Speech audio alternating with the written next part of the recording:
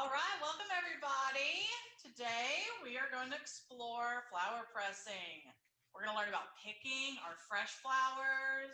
We're going to learn about pressing them in books. And we're going to also explore making our own flower and plant collection, as well as identifying our plants. So it's not just going to be pressing the plant, we're going to also identify it and then make a collection, like they do in the herbarium, where they have detailed notes to denote where they found it, information about it, and just so you can reference it later and have it forever. Once you press the plant, it's like paper, and you can kind of keep it and look at it really for the rest of your life, probably. There's some really old herbariums out there. So before you get set out trying to go pick some flowers, you see them all over the place right now. Wildflowers are my favorite.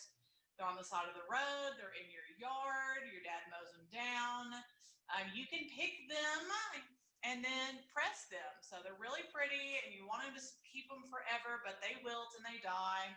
Once you pick them, you can press them. So before you get started, there's a couple things that you can take with you to help you out on your journey. I've got my things right here. We've got some scissors to help you cut your flowers. That's kind of what I did here. You can see the stem. I just cut it, makes it a little bit easier to work with. If you're out on the trail, you've got a backpack, you can take a Ziploc baggie. That will help you keep your flowers fresh as you go. Sometimes when we pick leaves, we want to keep them flat. So I've got just a regular kind of folder envelope. That's going to help you keep them flat in your backpack as you go. And then when you get back home, you can press them. I like to keep some sticky notes in my bag as well. So I can be like, okay, this is where I found it. This is the color it was. You can kind of take notes and then stick that in your bag, so you know what it was, so that when you press it, you'll be able to know what even you had. Now, while you're out on the trail, you could take all your reference books with you, which are very useful, but there is a really cool new app called Seek, S-E-E-K, by iNaturalist. It is one of those where you take a picture of the plant and it tells you exactly what it is, which is very, very useful. It's been just life-changing for me when you go around.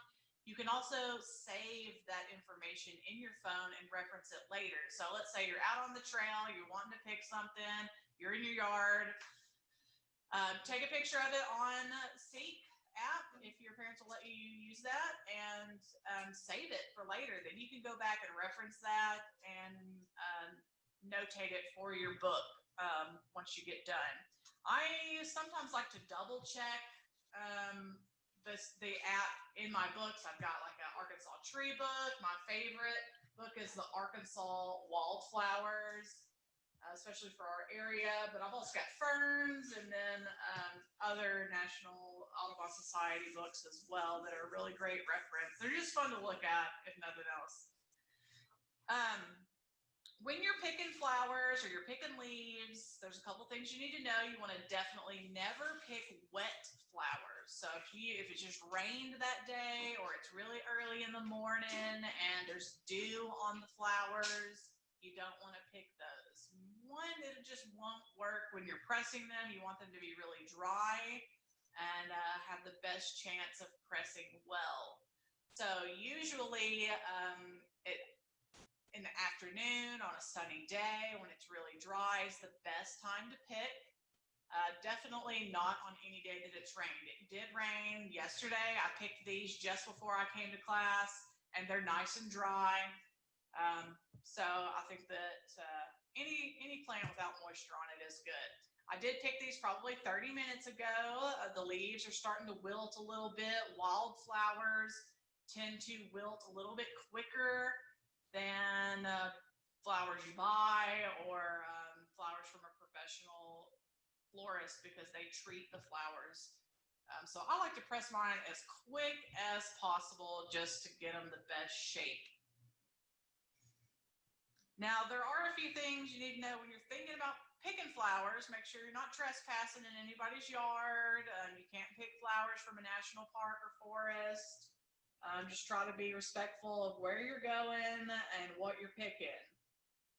If you see just one flower or one plant, try not to pick that one. Let it have its chance to reproduce and spread itself before you're just snatching it up and keeping it for yourself. Now, when you're thinking about which flowers to pick, you want to think about how flat they are. So thin petals, a flat face, one dimension is going to be the best flower to choose. If it's a really thick flower like a rose or even a black-eyed Susan has a really dense center, you don't really want to pick those. I mean, you could. There's a lot of techniques that go into using those flowers. But for our simple method today of using a book, you're not going to want to probably deal with really thick centers or really thick flowers in general. If you do want to do a rose or something like that, you could just pick the petals off and do the petals themselves. That would work. Now, when you're getting ready to press, let's say you've gone out, you've got all your flowers, you don't want to get too many because you need to press them pretty quickly. Get yourself a big old thick book. So I've just got a couple of books that I don't really care about too much. Don't pick your favorite book or your parents' book that they need because it will could possibly ruin the pages. It'll definitely wrinkle the pages from the moisture. A really thick book will give you a lot more room to work with and also some heaviness. So this one has some already in it pressed that I will show you here in a minute. You can see because I've got paper sticking out, and this is the one that we're going to use to press the ones I've got today. So let's see. I've got my big book. It doesn't really matter what kind of book you use, but you want to make sure it's not glossy pages. You want them to be really matte pages, like nothing glossy like a magazine. That will not soak up the moisture. So I've got a book I don't care about. It's an encyclopedia with just words. So we're going to use it. Let me get my paper out. I also want to use regular paper. So like printer paper, notebook paper, something plain will work. That's going to help hold my flowers, make it a little bit easier for me to deal with the flowers themselves and not mess up my book too much. So let's say I've got a piece of paper here. I'm going to pick a few flowers. You could leave the stem on, or you could cut it right under the head. And when I'm placing my flowers, I want to do them face down. That's going to make it a little bit easier for the flower to hold its shape better. Face down will be best. Now, when I'm filling my book, my page with flowers, I want to stay with the same plant. I'm not going to go over here. I'm going to stick with the same flowers so that they kind of have the same density. And that will help them press better. So what I want to do is kind of spread them out. Don't let them all be right there together. You want to give them a little bit of space. Cut these. So I've got a cute little one. I'm going to kind of spread them out. Sometimes this one like got really wilted. I might even just pinch it so that it lays sideways, and that gives me a really interesting shape that's different. Miss Erin, look at Kaylee. She's doing such a great job. Awesome. And somebody else, Tim Chrissy, I'm not sure if that's who Kipper is, but she looks like a princess, and she's doing a great job. Well, excellent. I'm so glad. This is such a fun thing to do, especially in the summertime when all the flowers are blooming. So now is a great time to get out there and preserve some plants. So let's say I got a few flowers here. Get a couple more. Sometimes I'll even kind of just squish them so that they stay a little bit flat. I'm going to grab another piece of paper. This is going to kind of make a flower sandwich. Miss Erin, I can zoom in on you so we can kind of show the kids. Sure.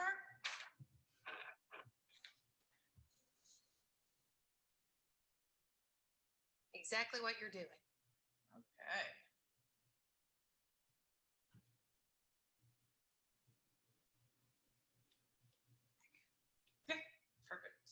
Okay, so we've got a couple of flowers. I don't want to overload this. The more you put on, the more moisture is going to be in there, and we don't want to saturate the paper. So I'm going to just put a piece of paper on top, kind of hold it down a little bit, and I'm going to go to the back of my book. So I want to leave quite a few pages. What I'm not going to do is flip it open. If you flip open your book, it's going to bend. So what I'm actually going to do is kind of hold it just open enough where I can slide this in. So I'm going to kind of grab it, almost pinch it so that it kind of buckles a little, and I'm just going to slide it in there. Now, if this doesn't fit all the way, you can kind of be like, all right, I'm going to scoop my flowers in a little bit more. That's all right. And then this is going to help you know when your flowers are a little bit too wet in a couple of days, and then help you change it out if you need to. So we're going to do some more. Keep going. This time, I'm going to use one sheet of paper. Here's another way to do it, and I'm going to fold it in half. This one might even be easier depending on the size of your book. If your page fits in there, great. This might fit in there a little bit better. So I'm going to take some of my Queen Anne's lace here, or wild carrot. Definitely going to cut off the stem on that one. This is one of my favorite flowers. You see them everywhere right now. They're in full bloom all over the place. Lots of tiny flowers right there to make it one big flower. So this is actually made up of a ton of little bitty flowers. So I'm going to put this right here, face down. Maybe squish it a little bit, not too much. Here's another one, a smaller one, just a little bit of a younger. Definitely want to clip these off. I'm only going to do 2 flowers for this page.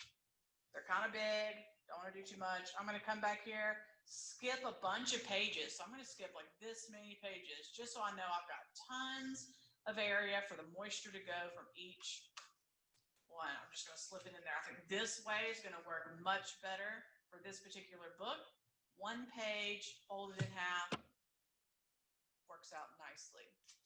So I think that's the way we're going to do it. And this is kind of what you're going to do. Once you have all your flowers, you lay them out, fold a piece of paper. Let's do our leaves this time. This is a big old leaf. It might have to go by itself. Looks like a sweet gum leaf. Yes. All right, so I'll slip it in there. Try to make sure it goes all the way in. This time I kind of lost where my old page was, so I'll kind of thumb through, find it, thumb quite a few more pages. I'd say 100 pages maybe between them. Give it a lot of room. Slip it in there. So I'm not opening my book. I'm not letting it go flat open. You want to kind of keep it closed, otherwise it'll shift and get kind of weird. You can see I just put 1 leaf on that last page. That means I'm not doing too much. I'm going to leave a lot of room. Now this is kind of a cluster. That means I've got a lot going on. I'm going to go ahead and kind of cut these off just so they're not overlapping. I got some cute little young leaves. This baby one. He's tiny. So I'm going to lay these in here. This time I'm going to kind of fill this one up. Just because there's only 4, they're not that big. Close it up, make sure it's creased. This time I'm like, okay, where was I? I'll kind of thumb through, find my last one, go a bunch more, slip this one in. So my book's starting to bow. It's got a little bit of material inside of it, no big deal. Make sure you're using paper. Don't just slip it in there. This makes it easier to get out later. Makes it easier to get in right now. So these are some fleabane daisies, those little tiny cute flowers you see on the side of the road. They definitely wilt pretty quickly, but they're one of my favorites. They're so cute. What you could do is press it just like this. That would give you some good information on what the plant itself looks like, as well as the flower. We'll do one. Kind of spread it out, hold it down. The way you treat the flower or the plant as you're pressing will make a difference to how it presses later on when you take it out of the press. slip it in there. Another way we can do this particular flower is since there's a bunch of flowers on the plant itself, let's cut them off. So I'm just going to kind of cut right underneath the head of the flower, get a bunch of them off of there. This is fun to make jewelry with. They're really cute and tiny. Totally up to you how you go about it. Cut a few more off. Now, when we have these, it takes a little more time. We are going to do them face down again. That helps them keep the shape that we want. They're a little bit thick, but not too thick to where it won't work. I'm going to spread them out so they've got lots of room between each other. It's going to make sure there's not too much moisture passing between them. Kind of press them down a little bit. I might even do some sideways. It gives you a much different look, different angle to the flower. So I kind of squish it so that you see it from the side. I'm not going to overload it, just a few. I'll press my page down. When I'm pressing my flowers, I like to go quickly because these are wilting every second I let them sit here. It's best to get your plant in the press. So this one already is kind of smushed. You can get it shaped back when you press it, but it might not be circular like the rest of them. So you're really going to want to fill your book up, at least add enough to where you've utilized as much space as possible. So I've probably got about this much room left. I could probably get 2 more sections. So we'll just do 2 more pages. Now again, I cut the stem off. Some flowers, it doesn't matter. I particularly like it because these are such a cute shape. I'll stick it in here face down. Let's find another one. Here's another one. Not going to overload my pages. I want lots of space between my specimens here. Just 2 on this page is plenty. They're not touching. Press it down slightly. Always want to thumb through, find my last section so I don't get it too close. Flip a little bit. Make sure there's plenty of space between each of your sections so that they don't transmit water to each other. We're going to do one last page in the press. These are my favorite flowers, these beautiful yellow ones.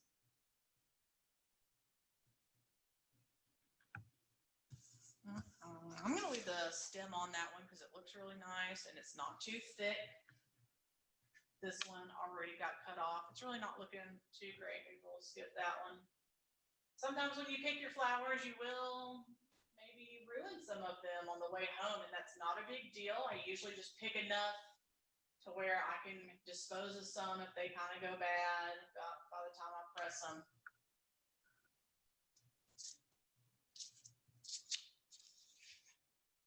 I like to alternate where the head of the flower is. So let's say here's this one's face up, then this one's face down. That way there's not too close together and they won't transfer water to each other.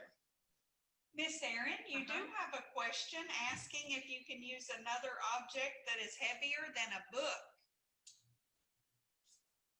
Like for pressing, I mean, the reason I'm using a book for one is it's a lot of paper. The paper is going to absorb the moisture and it gives you some space where you can space everything out. Basically, once I'm done with this, I would put a brick on it. I would put a rock on it, something heavy rock. I might even just stack a bunch more heavy books on top of it. So you definitely need to use something heavy afterwards. If you can even see there's spacing here. And we want to put pressure on this so that it actually presses flat later on. I'll probably would just put like this book on it and then a brick and then just leave it be for a while. But yeah, you do want to put something heavy, but I can't really think of anything heavier than a book that would actually work as a press, except for a real flower press that uses wood and a crank. to crank it down. You can even look online and find a real flower press. This is just something you can use at home that you already have. It's free and it works. So we'll do our last one and then we'll set this aside. Good question though, because you definitely want to hold this down. If you didn't, look how much stuff is inside of it and how it kind of bows open. Sometimes when I'm on the road and I've done this, I'll just sit on it in the car on the way home. So here's our press full of stuff. This is just starting out, kind of my first flower press situation. Definitely put something heavier on it. I do want to show you guys some already pressed flowers. So this is a book I used previously. You can see it's much flatter because the moisture has come out of the flowers themselves. And we'll see how they look after they're pressed. So this, I did the same thing where I have it in between paper. And this time it makes it easy. You just slip it out. You don't have to fumble with the book. You open it up. And here is some baby's breath that is totally pressed. Look how razor thin that is when it's flat. So at this point, it should feel like paper. It should not be cold. It should not feel wet. It'll almost be crispy. And that's kind of the level we're looking at. It's going to take a couple of weeks up to a month in the book to get fully pressed. So once I kind of take all my stuff out of my press, I'm just going to leave that one there. I've checked it out. Let's pull another one out. So here's some goldenrod, one of my favorite kind of wild plants. Super thin, super flat, super dry. These will last forever. At this point, there's no moisture in it. And it's good to go add to our plant collection. Let's see what else we got in here. This is like the fun part, opening your Christmas gift of your flower press. Here's a beautiful fern. Ferns are one of my favorite leaves, plants as well. Super thin, nice and crispy. Perfectly pressed. I like to leave them in here for now until I'm ready to put them in my book. Let's see what this one is. Oh, these are one of my favorite flowers as well. This is a evening primrose. It's a really pink flower when you pick it, but it does press purple. That's going to happen with a lot of flowers. They're not going to press the same color that you pick them. Now, some plants are not going to turn out the way you want. They're not going to press well, and that's just how it goes. That's just how sometimes it works out. Here's the same flower. It's basically white. It lost all of its color. The leaf or the petals are shriveled and shrunk up. So it really doesn't look great. I probably wouldn't even use this one. It's not terrible, but it's definitely not as nice as this one. This one's kind of rounded. This one's kind of shriveled.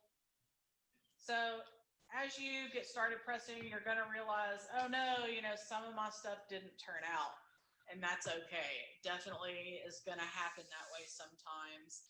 A lot of times I'll press multiples of the same plant just to make sure that I get one that looks really good, especially if you're trying to make a flower collection or a plant collection. You don't want to press one specimen and then end up, it didn't press well, and then you have to go find it again. So press multiples of the same thing so that you'll make sure to get it right. Here's some more evening primrose.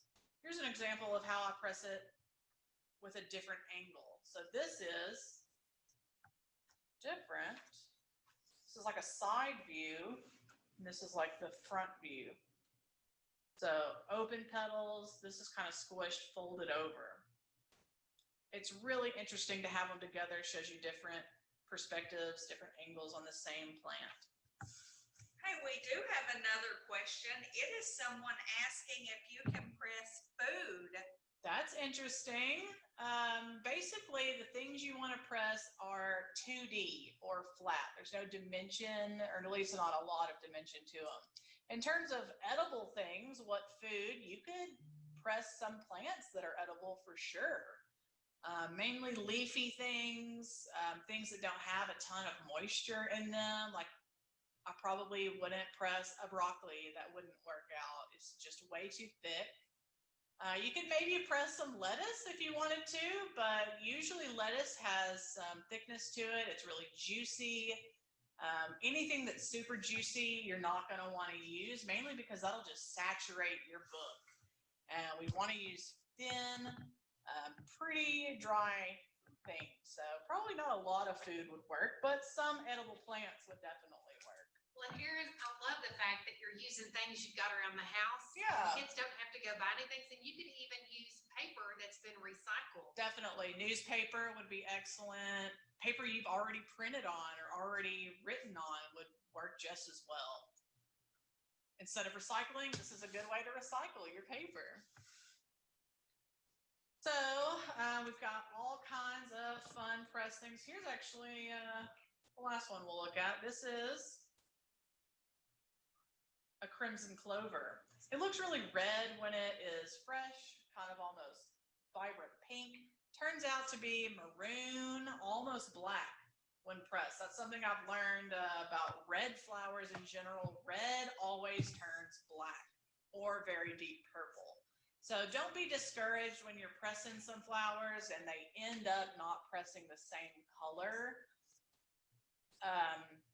So that's just how it goes. White flowers usually will turn beige. Pink flowers will turn purple.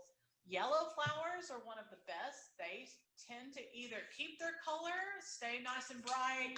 Sometimes they might fade, but yellow flowers like these right here will tend to keep their color really well. I actually have some earrings that are made with that flower, and the color is just great. So we've done our press. We've looked at a couple of already pressed things. Used our paper. I'm going to put these back in my book. Now, the book is just fine. You could still read it. No big deal.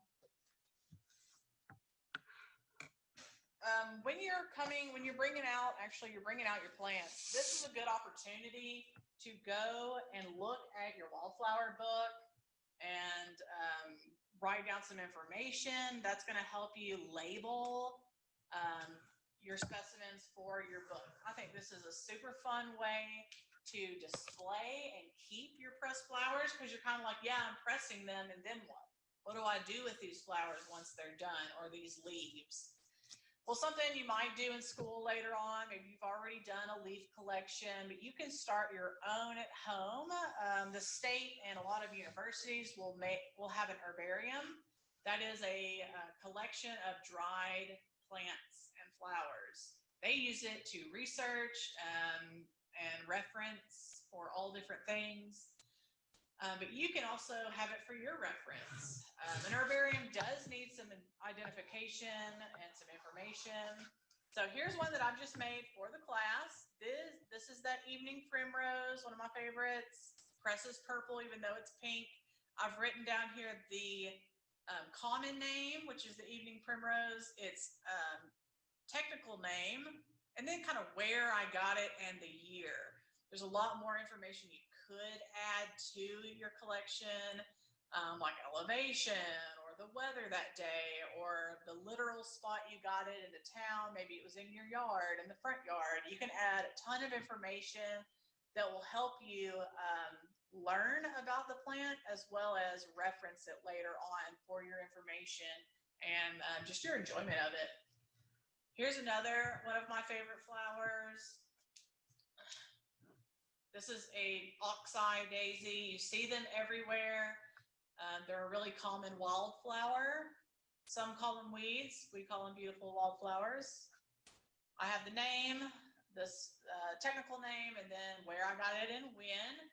And what I did here is, this is kind of something you might have to buy.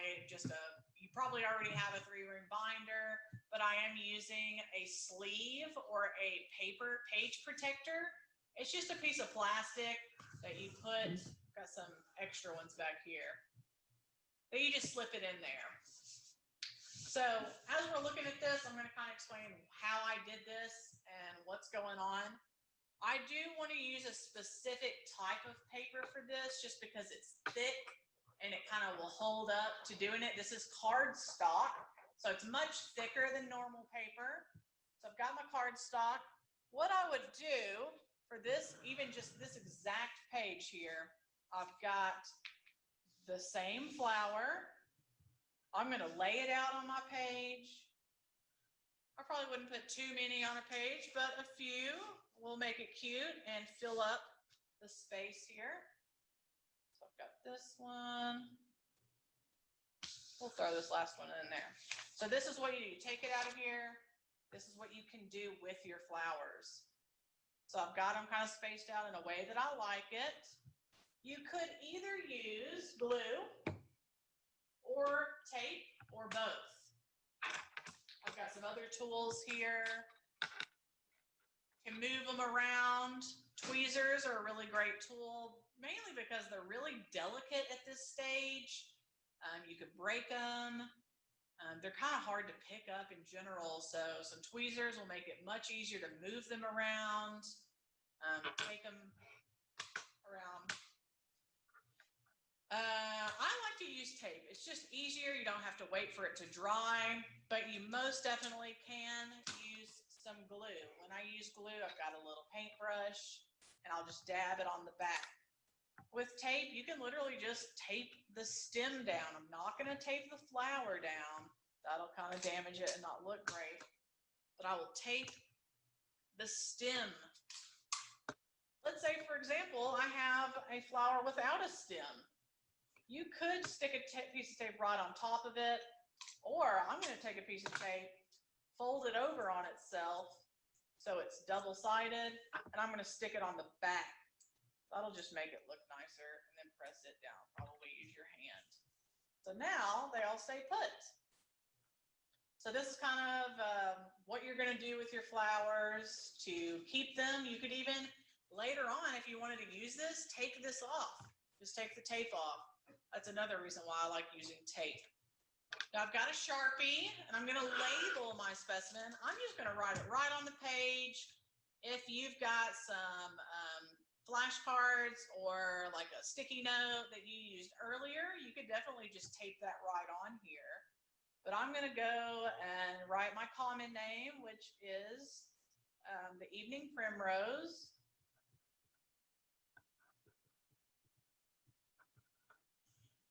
Now, in my Wallflower book, we could look up evening primrose and see what it has to say.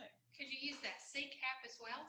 You can, yeah. Let's say earlier you took a picture of the the flower on the Seek app and you saved it, so that when you come months later and you're doing this, you can reference that again. So you just pull it up, go to saved. Let's see. My observations, and then it will have a list of all the things that you've taken pictures of and what it is. That will make it so easy. But I mean, honestly, tried and true, books are never bad either. Let's see if I can. Evening Primrose, page 157. Here we go, showy evening primrose right here. See, it's pink. When you pick it, it turns purple when you press it. It'll show you the name, and then underneath it, it's species name. So I'm going to write that on here too, just for reference later on and to be very technical.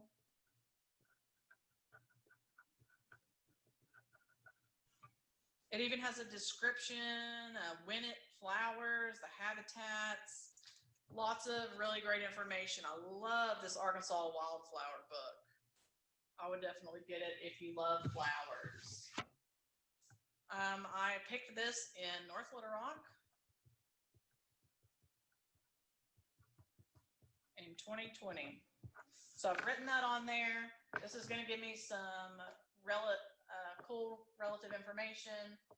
At this point, you've got your book here to protect this and so that it doesn't slip around, you don't snag it. I'm going to slide it into one of my protective sleeves. I do want to be careful, making sure that I don't catch on any of the petals as I slip it in. So I'll hold it up. And then there we go. Looks beautiful, protects it. Super nice. So I've done a whole section here. You've got the primrose, we've got the Oxeye Daisy.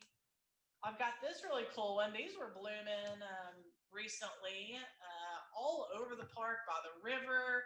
They grow in long vines. It was difficult for me to kind of pick off the flowers because this is about as much stem as was going on until it turned into this huge vine. These were really fluffy, more like this one in real life, but when I press it, I laid it on its side and it gives you this really interesting profile view. This is a bird fetch is what it's called. It's a beautiful purple and really it kept its color pretty well. Purple and yellow flowers typically are true to their color when they press. So I would definitely go for those. This is that Queen Anne's lace or wild carrot flower that we pressed a moment ago. One of my favorites. It's just so cool. It presses really well. You could even snip off these individual clusters and use them for art making or decoration. You could use some Mod Podge and cover your jewelry box with it or a notebook. That's some fun stuff I would have done as a kid. This is a really beautiful flower. This is a larkspur or a delphinium. They press really well as their long stalk, but you could also pick the flowers off. This is a bright blue flower naturally, and it pressed really well. Still looks very vibrant and bright blue.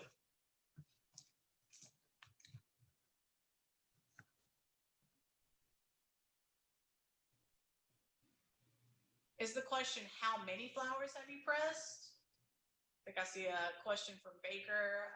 I've pressed hundreds of flowers, just a ton of flowers. The more you press, the easier it'll get, the more successful you will get when pressing them, and the more fun it will be revealing them and less disappointing as you press more and more and more. This is another example of the crimson clover. Super pretty. This one actually has the clover attached to it, which I think is really interesting. And then the clover flower at the top. So this is like what you can look forward to making as you go. It gives you a purpose to collecting your flowers and a way to display them and keep them so they don't get messed up. I had a problem in the past with, picking, pressing, and then what? You just have a pile of flowers that end up getting broken or thrown away. This is a really cool plant. It's more of a grass. It is an inland sea oat. It's just super cool. I'll pick this on the river one day. Here's some more goldenrod. This one I picked in my backyard. It's a black oak. Black locust tree, and it was flowering. It flowered all over the neighborhood. A few weeks ago, maybe a month ago, then it was done. But I picked some of it, pressed it. It's kind of a thick flower, but it pressed really well. This was very white, and you can see it turned really, really golden, kind of tan. That's just how it's going to go. Here's some leaves. This was last fall. I picked these while they were red. This is a silver maple, but they turn beautifully red in the fall. Ginkgo, one of my favorite leaves as well, super cool looking. Ferns. This fern actually is sporing right now. It's a wood fern, but if you can look up close, there's little spores all over the leaves. That's how they reproduce. Instead of seeds, they have spores. And this is the one we just made together. So this is super cool. You get to keep it. You'll probably end up making one in class anyway. One day. I definitely made one in school when I was growing up. Okay, campers. Do we have any other questions? If you do, you can go ahead and send them over in the chat. And we really want to thank you, Erin, for being here. Of course. This has been an excellent, fun class. Well, great. I hope you guys get out, pick some flowers, and preserve them for your enjoyment for the rest of your life.